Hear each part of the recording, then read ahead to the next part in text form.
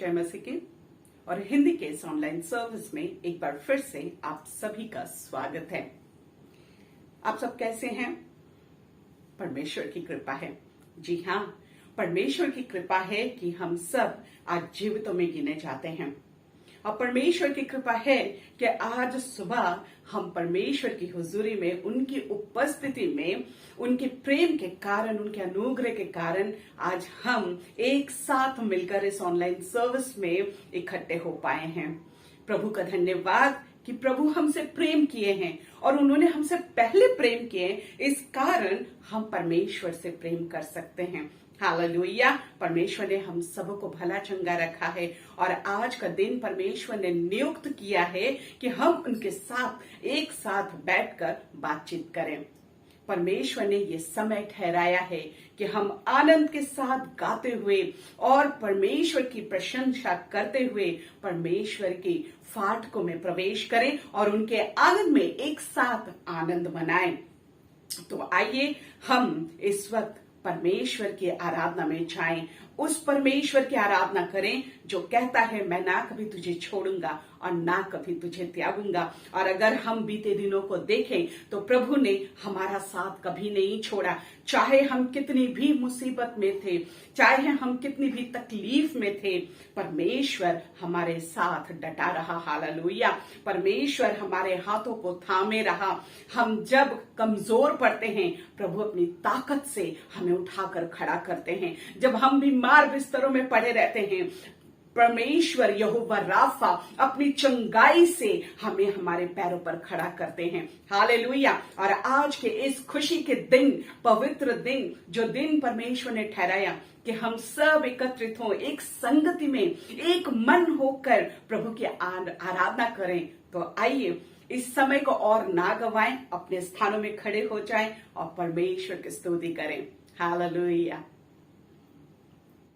आए समय के लिए प्रभु को धन्यवाद करें, उस नाम की हम प्रशंसा करें जो नाम सारे नामों में ऊंचा है। उस प्रेम के लिए हम परमेश्वर को धन्यवाद करें जिस प्रेम के लिए उसने हमारे लिए क्रूस पर चढ़ा। यस जीसस, धन्यवाद यीशु, तेरी प्रशंसा।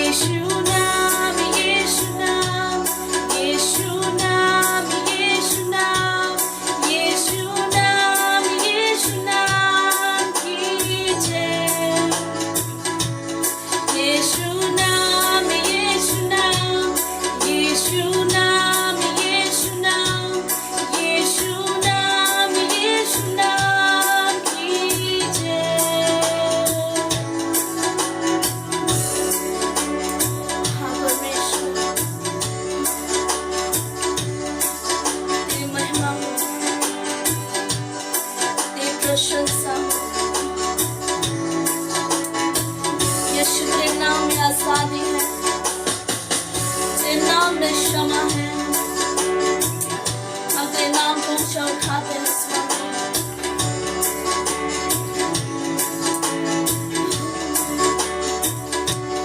यीशु नाम में मिलती है क्षमा, यीशु नाम में मिलती है शिफा, यीशु नाम में मिलती है कृपा, यीशु नाम में करना दुआ, यीशु नाम, यीशु नाम, यीशु नाम,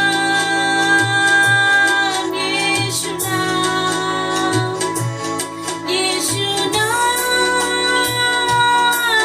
यीशु नाम, यीशु नाम,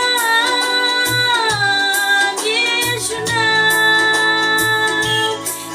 यीशु नाम, यीशु नाम, यीशु नाम, यीशु नाम, यीशु नाम, यीशु नाम की जय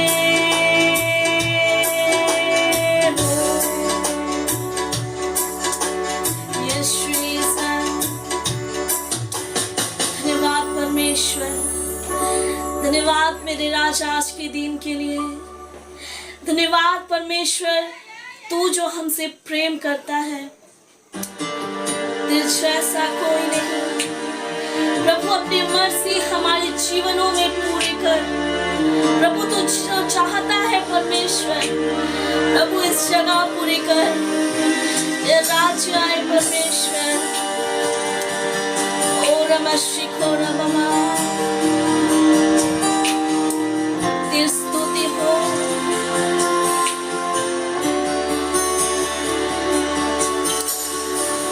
हो तेरी स्तुति और आराधना करता हूँ मैं तुझसे ये प्रार्थना। महिमा से तेरी तू इस जगह को भर, जो भी तू चाहे तू यहाँ पे कर।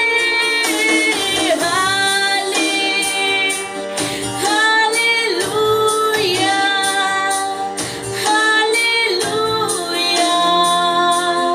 हालेलुया, हालेलुया,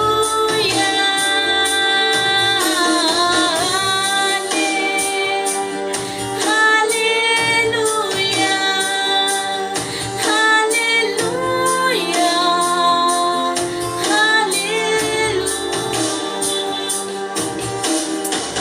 परमेश्वर तेरा वचन कहता है कि जब भी हमने तुझे पुकारा है परमेश्वर, और तूने स्वर छोड़कर परमेश्वर हमारे लिए तू दौड़े चले आया है कि परमेश्वर जब हम गिरे तो तब तू हमें उठा ले परमेश्वर। ओ तेरे जैसा कोई नहीं। ओ रमा शिखो रमा बाबा, ओ हालेलुया। ओ तू मेरा राजा है परमेश्वर। करुणा से तेरी नया दिन दिखाता है,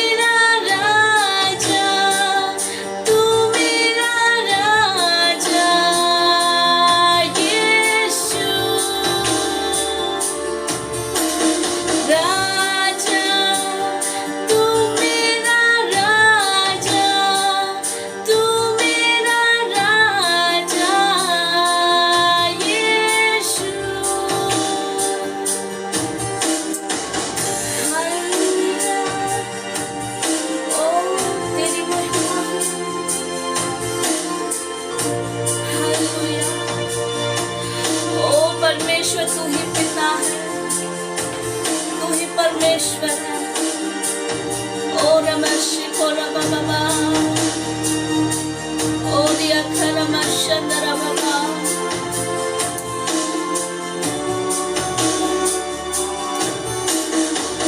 सारे जहां में तुझसा कोई नहीं, तुझको छोड़ कोई प्रभु है ही नहीं। घुटने में टेकू बस तेरे सामने, तू है मेरा प्रभु, तू मेरा पिता।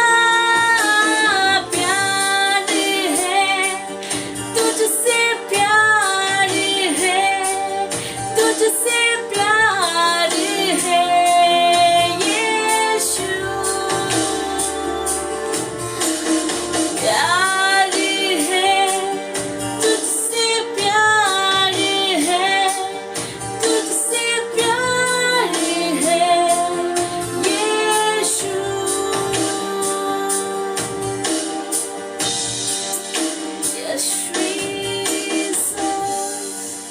हाँ प्रभु, तुझसे प्यार है और बहुत प्यार है परमेश्वर, क्योंकि तूने हमसे प्यार किया। प्रभु तेरा वचन कहता है परमेश्वर कि हमने नहीं, पहले तूने हमसे प्यार किया और हमारे लिए अपने पुत्र को दे दिया। प्रभु तूने हमसे वादा किया है कि तू हमें कभी नहीं छोड़ेगा। तूने हमसे कहा है कि मांग तो मैं तुझे दूंगा। और प्रभु ये सारा वादा प्रभु इसी चीज को दर्शाता है कि आप हमसे प्यार करते हैं। प्रभु हम धन्यवाद करते हैं तेरे प्रेम के लिए कि हम तुझ में पाए जाते हैं परमेश्वर। प्रभु आगे की सारी बातों को आपके हाथों में सौंपते हैं। प्रभु यीशु, हमारे जीवनों में आपकी मर्जी पूरी हो और हम और तेरे प्यार की गहराई में परमेश्वर जानने पाए, तुझे जानने पाए परमेश्वर, यीशु के नाम से आमीन। स्वागत करता हूं यीशु मसीह के पवित्र और मीठे नाम से।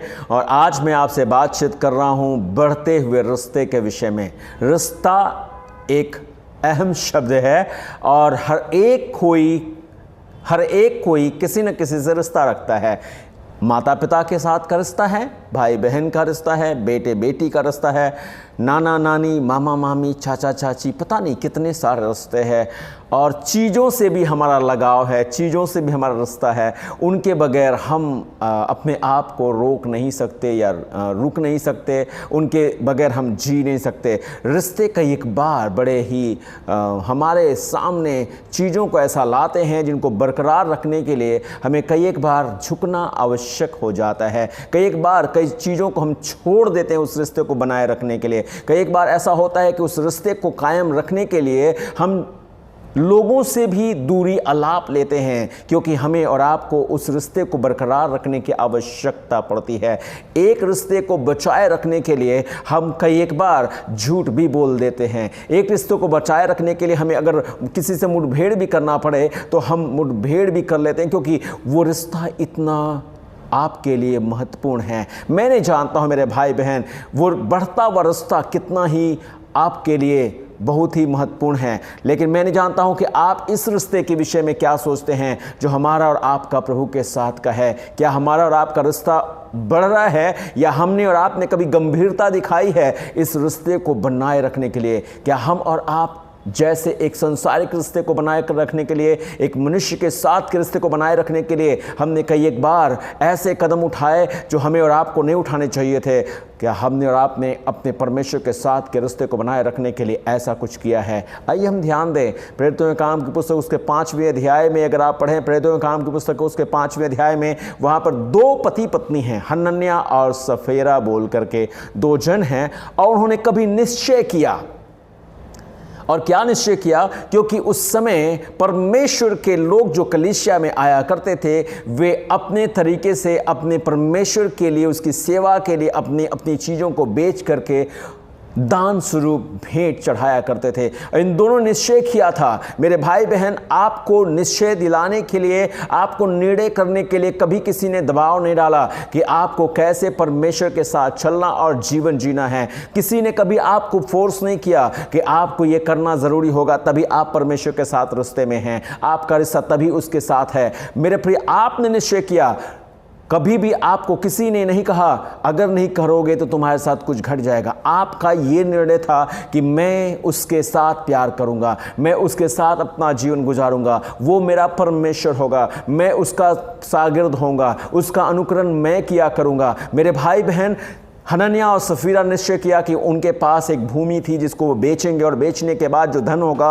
वो परमेश्वर की महिमा के लिए वे सुपुर्द करेंगे। और परमेश्वर का वचन कहता है कि जब उन्होंने बिक्री किया, हो सकता है कि उस बेचे गए जमीन का टुकड़ा जो उन्होंने बेचा था, शायद उसका जो एवज आया होगा लगभग 10 लाख हो।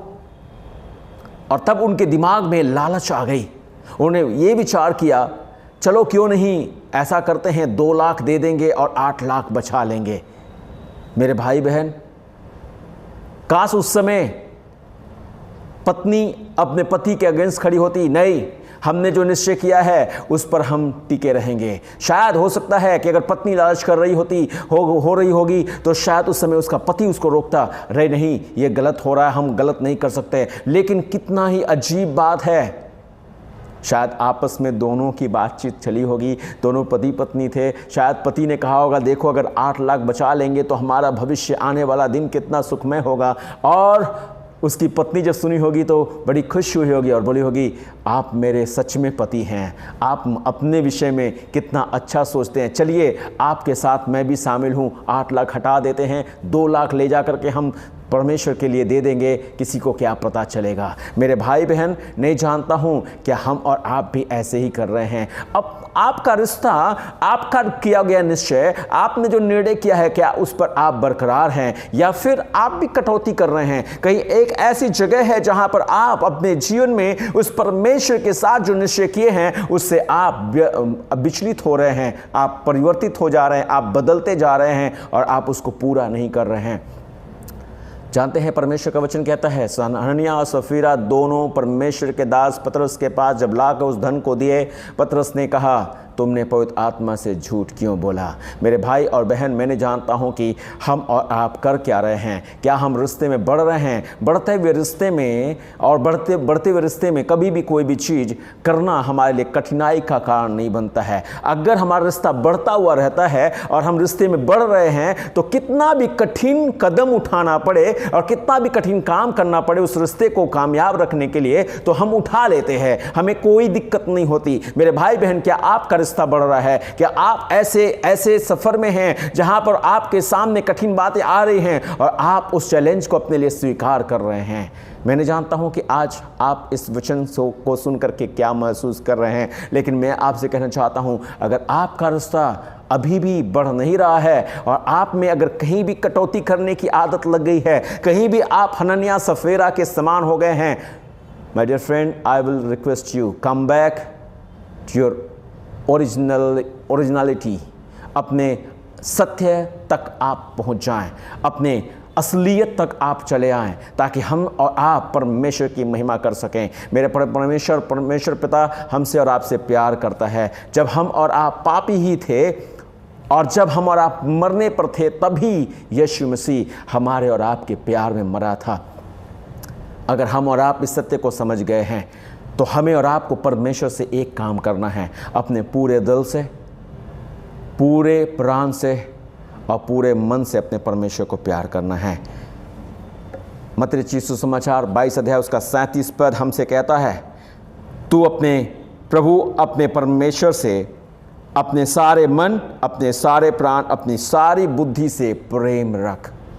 हे मेरे भाई और बहन, आज परमेश्वर हमसे कहता है, हमें और आपको अपने परमेश्वर से प्रेम रखने की आवश्यकता है। आज अगर प्रेम कहीं भी हम में है और हम कहते हैं कि हम परमेश्वर से प्यार करते हैं, तो हमें कैसे प्यार करना है? अपने पूरे मन से, पूरे प्राण से और पूरे दिल से उससे प्रेम रखने की आवश्यकता है। ये परमेश्वर की मनसा है, ये परमेश्वर की चाहत है कि हम और आप प्रेम करने वाले बन जाएं। मैं आपसे यूं कहूँगा, अगर हमारा और आपका रिश्ता बढ़ता हुआ होगा तो ये प्यार कभी घटेगा नहीं, इस प्यार में कभी कमी नहीं आएगी। हम और आप उससे प्यार करने वाले लोग बन करके उसके साथ साथ उसके लोगों से भी प्यार करने वाले हो जाएंगे। हम में से कोई भी किसी को नहीं कह सकता कि वो गलत है, क्योंकि मेरे प्रिय, हमारे परमेश्वर ने हम में से हर एक को कभी नहीं कहा कि तू गलत है, परंतु उसने मुझसे और आपको प्यार करके, हमें और आपको उस प्यार के कारण, उस प्रेम में पड़ करके हमारे लिए अपनी जान दे करके हमें और आपको सही करार दे दिया है। मैं नहीं जानता हूं कि आप किससे अपने आप को दूर रखे हुए हैं, कौन है जिसके साथ आपका रिश्ता खटक गया है, किसके प्रति आपके मन में कड़वाहट है, किसके प्रति आप दोष लगाने वाले हैं। मेरे भाई बहन, जब परमेश्वर दोष नहीं लगाता तो हमारा और आपका कोई अधिकार नहीं कि हम और आप किसी और पर दोष लगाएं। क्यों मेरी बातें नहीं समझ में आ रही? मैं आपको बताऊं मेरे भाई बहन, परमेश्वर कितना अद्भुत प्रेमी प्रभु है, जो हमारी हर एक गलतियों के बावजूद भी, बार बार उससे विमुख होने के बावजूद भी, वो हमें और आपको स्वीकार करता है। हमें भी परमेश्वर चाहता है कि हम और आप भी एक दूसरे को स्वीकारने वाले बन जाएं। ये बढ़ते हुए रिश्ते का विषय है। जब हमारा रिश्ता परमेश्वर के साथ बढ़ेगा तो उसके साथ के संबंध के चलते हमारा और आपका उसका साथ रिश्ता जब बढ़ेगा तो हमारे अंदर ये खूबियां आना आरंभ हो जाएंगी। परमेश्वर हमसे और आपसे बोलने वाला प्रभु है, वो हमसे और आपसे बोलता है। रिश्ते की बुनियाद बातचीत पर टिकती है। अगर बातचीत नहीं है किसी के साथ और बातचीत नहीं कर रहे हैं तो मुझे लगता है कि कहीं ना कहीं रिश्ते में दरार आ गई है। आप समझ रहे? सच्चाई है ये, और इसको आपको और मुझे भी समझने की आवश्यकता है। अगर आपस में हमारी बातचीत नहीं है, इसका मतलब हमारा रिश्ता कहीं कमजोर पड़ गया है। हमारा परमेश्वर हमसे बातचीत करने वाला प्रभु है। मैं नहीं जानता हूं मेरे भाई बहन कि आपने उससे बातचीत करना बंद कर दिया है या आपकी बातचीत उसके साथ रेगुलर चल रही है। अगर हमारा रिश्ता और उसके साथ गहन होगा, हम और आप रिश्तेदार बनते जाएंगे, तो मेरे प्रिय, हमारे और आपके जीवन में ये बात खूबी के रूप में आएगी कि हम और आप उससे बातचीत करेंगे और वो परमेश्वर हमसे बोलेगा और हम और आप उससे सुनेंगे। विशेष तो यूं कहूं कि हम और आप जो परमेश्वर के लोग हैं, जिनको परमेश्वर ने पवित्र ठहराया है, उनको कभी भी अपवित्र नहीं कहेंगे। उनके साथ भी हम बातचीत करेंगे क्योंकि हमारा रिश्ता परमेश्वर के साथ जुड़ रहा है। आमीन, हालेलुया। परमेश्वर का ये वचन हमारे पास है। यूहन्ना की पुस्तक 10 अध्याय उसके 27 पद, यूहन्ना 10 का 27 पद कहता है, मेरी भेड़ें मेरा शब्द सुनती हैं, मैं उन्हें जानता हूं और वे मेरे पीछे पीछे चलती हैं। किसका शब्द सुनते हैं?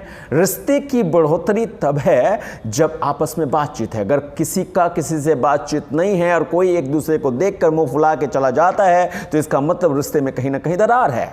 अगर आज आपके जीवन में ये समय आ चुका है जहां आपकी बातचीत बंद हो गई है, जहां पर आपका रिश्ता परमेश्वर के साथ खटक गया है, जहां पर आप परमेश्वर के साथ, एक समय था जब आप परमेश्वर से प्रार्थना करने और वचन पढ़ने में आप समय गुजारते थे, वो कम पड़ गया है। मेरे भाई बहन, कहीं ना कहीं ये बात हो गई हमारे ज़िंदगी में कि अब हमें और आपको उस रिश्ते से कोई लगाव नहीं है और हम और आप पिछड़ते चले जा रहे हैं। हमें और आपको अपने रिश्ते को सही करना ज़रूरी है। मेरी भेड़ मेरी आवाज़ सुनती है, बोलता है, और मैं उन्हें जानता हूं और वे किसके पीछे जाती है? बड़े आराम का मामला है। I have decided to follow Jesus, no turning back. It was my own desire to follow Jesus. ये मेरे जीवन का अपना खुद का निश्चय था कि मैं यीशु के पीछे चलूंगा। What has made me to come back from the relationship of the Lord? मुझे और आपको किस बात ने अपने परमेश्वर के रिश्ते से पीछे हटने के लिए मजबूर कर दिया है? आज इस दोपहर की घड़ी में मैं चाहता हूं मेरे भाई बहन, आइए हम और आप अपने उस बोलने वाले, बातचीत करने वाले अपने स्वामी के साथ अपने रिश्ते को बढ़ाएं और बातचीत करें और बढ़ना शुरू करें। अगर आपका किसी व्यक्ति के साथ, किसी दोस्त के साथ अगर बातचीत बंद हो जाए तो आपके दिल में बड़ी कयास रहती है, कब उससे मुलाकात हो और कब हम बातचीत करें। क्योंकि बातचीत हमारे रिश्ते की गंभीरता को बढ़ाता है। प्रिय, बहुत ऐसी बातें हमारे सामने हैं और बहुत सारी ऐसी बातों में हम अपने आप को फंसा चुके हैं कि हम और आप बाहर के लोगों से या जो प्रभु से संपर्क नहीं रखते उनसे हमारा रिश्ता बहुत गहरा होता जा रहा है, लेकिन प्रभु के लोगों के साथ जो रहते हैं, जो प्रभु के लोग हैं, उनके साथ का रिश्ता हमारा कमज़ोर पड़ता जा रहा है। हम कभी उनसे बातचीत नहीं करते। घंटों घंटों हम संसार के लोगों से बातचीत करते हैं, लेकिन परमेश्वर के पवित्र लोगों से, जिनको प्रभु यीशु मसीह ने अपने खून से खरीदा है, जिनको परमेश्वर ने अपनी महिमा के लिए चुना है, अलग किया है, हम उनसे बातचीत नहीं करते। जानते हैं, पवित्र लोगों के साथ का बातचीत हमें और आपको परमेश्वर के प्रेम में बढ़ने में मदद करता है। उनके साथ की संगति हमें और आपको उसके प्यार में और भी बढ़ाएगी। इसीलिए मैं कह रहा हूं मेरे भाई बहन कि आज हमें ज़रूरत है कि हम और आप इस बात के सत्य को बड़ी गंभीरता से लें। क्या हम सच में उस रिश्ते में बढ़ रहे हैं या फिर हमारा रिश्ता कमज़ोर पड़ता चला जा रहा है? एक कलीसिया थी जिसके विषय में प्रेरितों के काम की पुस्तक बताती है। एक कलीसिया थी जहां पर लोगों ने परमेश्वर का वचन सुना था। भेड़ प्रभु की आवाज सुनती है। रिश्ता तभी सही होगा जब हम एक दूसरे की सुनेंगे। अगर रिश्ते में कहीं ऐसा हो कि एक जन बोल रहा है, एक जन नहीं सुन रहा है, तो वहां पर मनमानी होगी। तब आपस में एक दूसरे से कुंठित रहेगा। तब ऐसा होगा कि हमारा रिश्ता बढ़ेगा नहीं, वरतु एक ऐसे समय पर आ जाएगा, एक ऐसे जगह पर आ जाएगा जहां पर हम आपस में एक दूसरे से अलग हो जाएंगे। लेकिन वो कलीसिया के विषय में परमेश्वर का वचन कहता है कि उन्होंने परमेश्वर का शब्द सुना था। बाइबल बताती है, प्रेरितों के काम की पुस्तक उसके 2 अध्याय 37 पद से, कि उन दिनों में परमेश्वर का वचन लोगों ने सुना था और सुनने के बाद वचन कहता है कि उनके हृदय छिद गए और उन्हें लोगों से पूछा या प्रेरितों से पूछा, हम क्या करें, हमें क्या करना चाहिए। मेरे भाई बहन, आज हमें और आपको अपने आप से पूछना है, अगर आज ये वचन हमें और आपको सुनाई दे रहा है, कि हमें क्या करना है। उस समय के लोगों ने पूछा था कि हमें क्या करना चाहिए, और तब एक व्यक्ति जिसका नाम पतरस था, उसने खड़े होकर उनको बताया था कि तुम्हें क्या करना है। और जब लोगों ने उस बात को सुना तो उस दिन वो कलीसिया बनी थी जिसमें 3000 लोग जुड़ गए थे। बढ़ता हुआ रिश्ता इस बात का प्रतीक है कि हम और आप उन्नतशील होते हैं, हम प्रगतिशील होते हैं, हम घटते नहीं हैं, हम बढ़ते हैं। रिश्ते में भी बढ़ते हैं और हर चीज में बढ़ते हैं, हर चीज में आगे होते हैं, पीछे नहीं होते। परमेश्वर का यह वचन कहता है कि उस दिन 3000 लोगों ने यीशु को अपना जीवन सौंप दिया था। मेरा बढ़ता हुआ रिश्ता, आपका बढ़ता हुआ रिश्ता लोगों पर प्रभाव डालेगा। लोग परमेश्वर के पास चले आएंगे। मैं इसको थोड़ा सा और दूसरे तरीके से आपके लिए बोलूं। परमेश्वर का वचन बताता है, और उन दिनों के विषय में या उस झुंड के विषय में मैं थोड़ा सा आपको खुलासा करना चाहता हूं कि वो झुंड कैसा था। आइए हम थोड़ा देखने की कोशिश करें। 2 अध्याय के 42 पद से लेकर 47 पद में आपके लिए पढ़ूंगा, और यहां पर लिखा हुआ इस प्रकार से, और सब लोगों और वे प्रेरितों से शिक्षा पाने और संगति रखने, रोटी तोड़ने और प्रार्थना करने में लौलीन रहे, और सब लोगों पर भय छा गया, और बहुत से अद्भुत काम और चिन्ह प्रेरितों के द्वारा प्रकट होते थे, और सब विश्वास करने वाले इकट्ठे रहते थे, और उनकी सब वस्तुएं साझे में थी। वे अपनी अपनी संपत्ति और सामान बेचकर जैसी जिसकी आवश्यकता होती थी वैसा ही बांट दिया करते थे। वे प्रतिदिन एक मन होकर मंदिर में इकट्ठे होते थे और घर घर रोटी तोड़ते हुए आनंद और मन की सुधाई से भोजन करते थे और परमेश्वर की स्तुति करते थे, और सब लोग उनसे प्रसन्न थे, और जो उद्धार पाते थे उनको प्रभु प्रतिदिन उनमें मिला देता था। कैसी दशा थी उनकी? उन लोगों की दशा कैसी थी? वे लोग कैसे लोग थे? क्या आप जवाब देंगे? क्या आप सोचते हैं उनके विषय में? किस प्रकार के लोग थे वे? जानते हैं उनका रिश्ता कैसा था? सबसे अहम कुछ बातें मैं आपसे कहूंगा जो रिश्ते में ज़रूरी हैं, और वो 5 बातें हैं। नंबर 1, पहली बात, वे एक दूसरे को ग्रहण करते थे। उनकी खूबी क्या थी? वे एक दूसरे को क्या करते थे? तिरस्कृत नहीं करते थे, ग्रहण करते थे, अपना लेते थे एक दूसरे को। उनकी जिंदगी जो परमेश्वर के साथ बढ़ रही थी, वे कैसा जीवन था उनका? शुरुआती दिनों में वे कैसे थे? फिर तो उसे शिक्षा पाने, रोटी तोड़ने, संगति करने और प्रार्थना करने में क्या थे? लवलीन थे। और उसके साथ साथ उनकी ज़िंदगी में क्या था? सबसे अहम हिस्सा जो उनके रिश्ते का था वो ये था कि वे एक दूसरे को ग्रहण करते थे, एक दूसरे को अपनाते थे।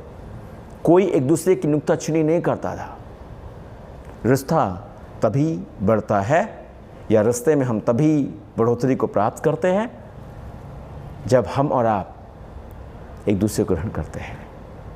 अगर हमारा और आपका रिश्ता परमेश्वर के साथ बढ़ नहीं रहा है तो कहीं ना कहीं कुछ है, हमें उस रिश्ते को देखना है। नंबर 1, वे सभी को ग्रहण करते थे। नंबर 2, उनमें पारदर्शिता थी। वे किसी चीज को छिपाते नहीं थे, आपस में एक दूसरे से चीजों को छिपाने वाले नहीं थे। तीसरी बात, वे एक दूसरे के प्रति परवाह करने वाले थे। एक दूसरे की देखभाल करता था। वे नहीं कहते थे मुझे ऑर्डर नहीं दिया गया है, मुझे पास्टर ने नहीं बोला, ऐसी कोई बात नहीं थी। एक दूसरे की चिंता एक दूसरा किया करता था। तीसरा हमने बोल दिया। चौथा, एक दूसरे के जीवन को स्पर्श करते थे। उनका जीवन एक ऐसा जीवन था जो दूसरों के जीवन के लिए आदर्श का विषय था। और उसके बाद 5वां बोलता है, एक दूसरे को अपने जीवन से यीशु का संदेश सुनाते थे। रिश्ते में ये 5 बातें बहुत ज़रूरी हैं। अगर आप परमेश्वर के साथ रिश्ते में बढ़ना चाहते हैं तो सबसे पहला चीज़ हमें और आपको उसे ग्रहण करना है। नंबर 2, हमें और आपको पारदर्शी होना है। कुछ भी छिपाने की आवश्यकता नहीं है, खुल को उसके सामने कह देना है। आमीन। नंबर 3, हमें अपने जीवन में जवाबदेही होना है। हमें जवाबदेही बनने की आवश्यकता है। उसके सामने अपनी सारी बातों को कबूल करना है। रिश्ता तभी सही हो सकता है जब हमारे अंदर ग्रहण करने की आदत हो, हमारे अंदर छिपाने की आदत नहीं हो, और साथ साथ में क्या हो, हम एक दूसरे के प्रति क्या हो, जवाबदेह हो, एक दूसरे की परवाह करने वाले हो, और साथ साथ में हम जिससे साथ हमारा रिश्ता है उसके जीवन को हम स्पर्श करेंगे। उसका जीवन मेरे जीवन से छुआ जाएगा, और अपने दिल की सारी बातें एक दूसरे से क्या करेंगे, बांटेंगे। जो अच्छी बातें हमारे साथ हुई रहती हैं उसको हम बांटते हैं, और ये दर्शाता है कि हमारा रिश्ता क्या हो रहा है, बढ़ रहा है। मेरे भाई बहन, मैं नहीं जानता हूँ कि आपका रिश्ता कैसा है। क्या हमारा रिश्ता परमेश्वर के साथ बढ़ रहा है या घटता चला जा रहा है? आज के इस दोपहर की घड़ी में एक बार फिर मैं आपसे कहूँगा, आइए हम बढ़े, एक ऐसे जन बन जाएं जो हमें ये 5 खूबियाँ दिखाई दें, और हमारे जीवन से ये बात संसार को प्रकट हो जाए कि हम और आप परमेश्वर के लोग हैं। आमीन। परमेश्वर आप सभी को आशीष दे, मदद करे कि हम और आप और भी उसके साथ के रिश्ते में बढ़ते चले जाएं, और हमारा रिश्ता कभी भी ना टूटे। हम और आप उसके रिश्ते वाले बन जाएं। आशीष दे परमेश्वर आपको, आपकी सहायता करे, आपकी मदद करे। आइए हम प्रार्थना करें। जीवित खुदावंद पाक, हम आपके नाम का धन्यवाद करते हैं, आपकी इज्जत करते हैं। आज के इस दोपहर की घड़ी में जितने लोगों ने तेरे वचन को सुना है, प्रार्थना करते हैं हर एक पर दया कर, ताकि हम हर एक अपने जीवन में इस बात को सत्य के रूप में ग्रहण कर सकें। और जहाँ कहीं भी हम कमज़ोर पड़ते हैं, हम विश्वास करते हैं मेरे पिता परमेश्वर कि तू हमारे निर्बलता में हमारा बल बनता है, तो हमारी ताकत है। और पिता परमेश्वर, हम तुझी पर भरोसा करते हैं कि तू हमें कभी त्यागता नहीं, कभी छोड़ता नहीं है। प्रभु, आज हम विश्वास के साथ तेरे सामने अपने जीवन को रखते हैं, और अब तक जहाँ कहीं भी हमें घटी पाई गई, हम विश्वास करते हैं कि तेरा लहू हमें हर पाप से शुद्ध करता है। हमें शुद्ध कर, पाक कर, और हमें इस योग कर, ताकि हम तेरे रास्ते में और भी जटिल बनते जाएं, और भी मजबूत बनते जाएं प्रभु जी। और भी मेरे पिता परमेश्वर हमारे जीवन में ये भावना, ये बातें आ जाएं मेरे सामर्थी प्रभु कि हम तुझे और भी पाने की लालसा रखें। और भी मेरे पिता परमेश्वर हमारे अंदर ये बात आ जाए कि हम तुझसे लुक्का छिपी नहीं खेलें मेरे स्वामी। साथ ही साथ प्रभु जी हम जान रखें कि हमें हर एक बातों का जवाब देना है। साथ ही साथ प्रभु जी हम अपने जीवन से एक ऐसी ज़िंदगी जिए जो दूसरे के जीवन पर असर डाले, और साथ ही साथ प्रभु आपको आपके विषय में लोगों तक प्रकट करें। अगर अभी तक ऐसा नहीं हो पा रहा है तो प्रभु आप हमारी मदद करेंगे, हम विश्वास करते हैं। हमें और भी आपके प्यार में, आपके रिश्ते में गहराई तक पहुंचने में आप हमारी सहायता करेंगे, ये विश्वास रखते हुए अपने जीवन को आपके हाथों में सौंपते हैं, ताकि मेरे स्वामी जैसे पिता परमेश्वर उस नई कलीसिया के द्वारा प्रभु जी आपका सुसमाचार दुनिया के ओर फैला था, वैसे ही पिता परमेश्वर हमारे जीवन से आपका शुभ संदेश लोगों तक फैले। क्यों करके लोग कहने पाएँ कि ये मसीही तो हैं लेकिन मसीह की बातों को नहीं मानते। प्रभु अनुग्रह कर जीत परमेश्वर दया कर, ताकि पिता परमेश्वर तेरी आज्ञाओं को मानने के चलते हम तेरे चेले ठहरें और तू हमारा स्वामी ठहरे। धन्यवाद करते हैं, अपने बच्चों के साथ हो और शांति और चैन दे। इनके हर एक ऐसी दुर्बलताओं पर पिता परमेश्वर ने जय प्रदान कर। जहाँ पर ये अपने आप में परेशान हैं, इनकी परेशानियों का अंत कर, अपनी शांति और चैन दे।